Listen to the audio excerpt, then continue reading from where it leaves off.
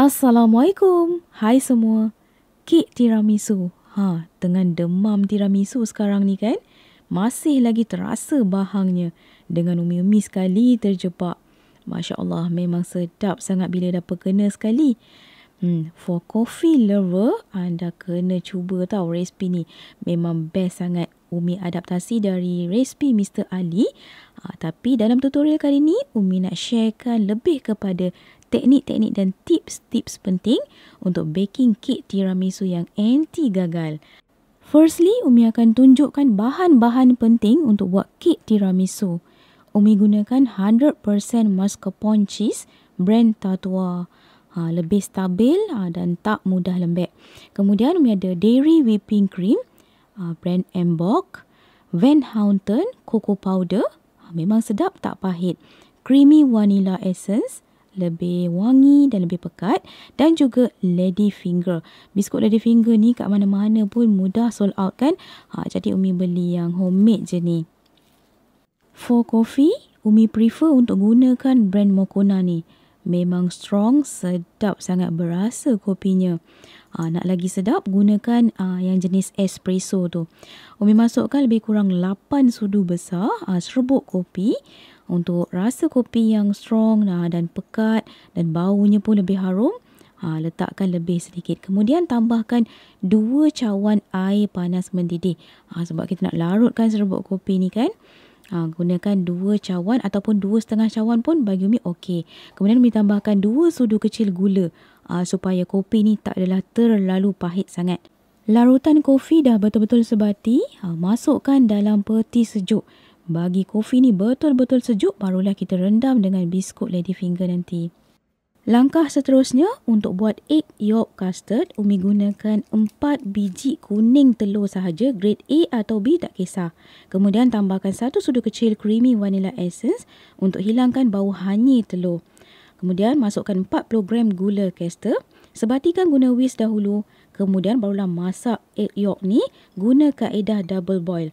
Dan semasa masak pastikan sentiasa digaul je, gunakan whisk supaya adunan telur tak kedel. Masak sampai warna egg yolk yang kuning pekat tadi bertukar menjadi kuning yang pucat dan nampak pekat macam custard gini. Kemudian biarkan adunan betul-betul menyejuk sebelum digunakan. Untuk adunan cheese, Umi gunakan 100% mascarpone cheese 1 kilogram. Tekstur cheese ni lebih ringan, rasanya lebih light tapi lebih lemak berkrim macam rasa aiskrim gitu. Masukkan 140 gram gula caster. Kemudian gaul sebatikan guna spatula sahaja. Mixkan. Tahap manis ni dah just nice. Kalau boleh, keluar je mascarpone cheese dari peti sejuk. Masih sejuk-sejuk lagi, anda terus sebatikan. Tak perlu lama sebab bila overbeat, mascarpone cheese ni akan mudah cair. Gula dah sebati, barulah masukkan adunan egg yolk custard yang telah kita masak dan telah pun disejukkan di suhu bilik sahaja. Pastikan egg yolk tu dah betul-betul sejuk, barulah masukkan dalam adunan cheese. Gaul sebatikan guna spatula dahulu, kemudian gunakan whisk sahaja.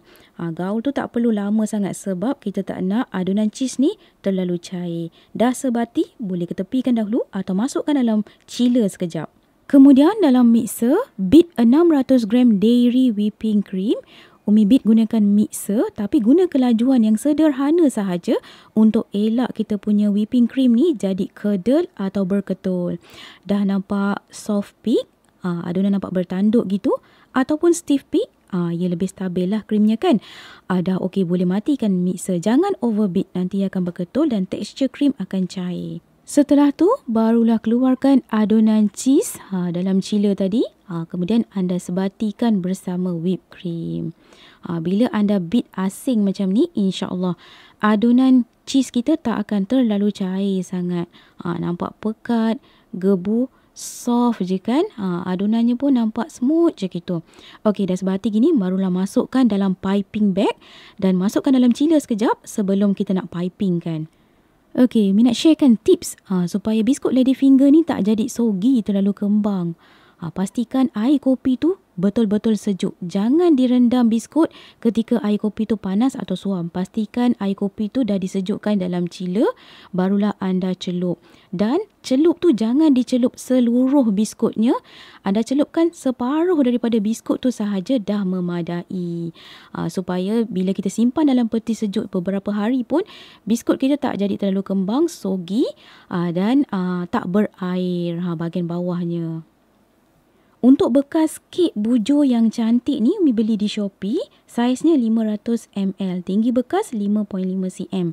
Memang ngam lah terletak. Umi masukkan untuk satu bekas tu 4 keping biskut Ladyfinger. Ngam elok je kan. Untuk 1 kilogram mascarpone cheese bersama 600 ml dairy whipping cream yang Umi gunakan, boleh dapat lebih kurang dalam 13 bekas saiz bujur gini.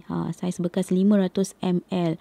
Memang ngam, padat, penuh gitu Umi bagi. Padu dengan cheese. Kemudian Umi akan letakkan dalam chiller semalaman. Bagi cheese tu betul-betul menyejuk. Dan sebati bersama dengan Ladyfinger tu. Keesokan harinya barulah Umi akan dusting dengan cocoa powder. Tips untuk elakkan cocoa powder ni moist, dia basah gitu kan. Anda sejukkan dahulu kek tiramisu ni selama semalaman bagi cheese-nya menyejuk elok.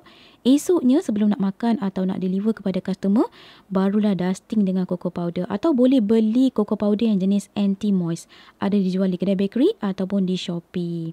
Untuk cocoa powder yang kurang rasa pahit, boleh beli yang jenis premium. Yang ini Umi gunakan brand Van Houten. Lebih premium bahan-bahan yang digunakan seperti cocoa powder dan juga mascarpone cheese, lebih sedap lah rasa kek tiramisu. Untuk satu bekas ni, anda boleh jual lebih kurang 20 hingga ke RM22 bergantung kepada harga bahan-bahan yang digunakan. Untuk hasil yang lebih sedap, makan setelah sehari disejukkan dalam chiller. Barulah lebih sebati dan Ladyfinger tu lebih soft je. Okeylah, sekian sahaja dalam tutorial kali ini. Jumpa anda di episod akan datang dengan pelbagai lagi resipi-resipi menarik hanya di channel Umi Atia Atif Kitchen. Jangan lupa follow me. Assalamualaikum.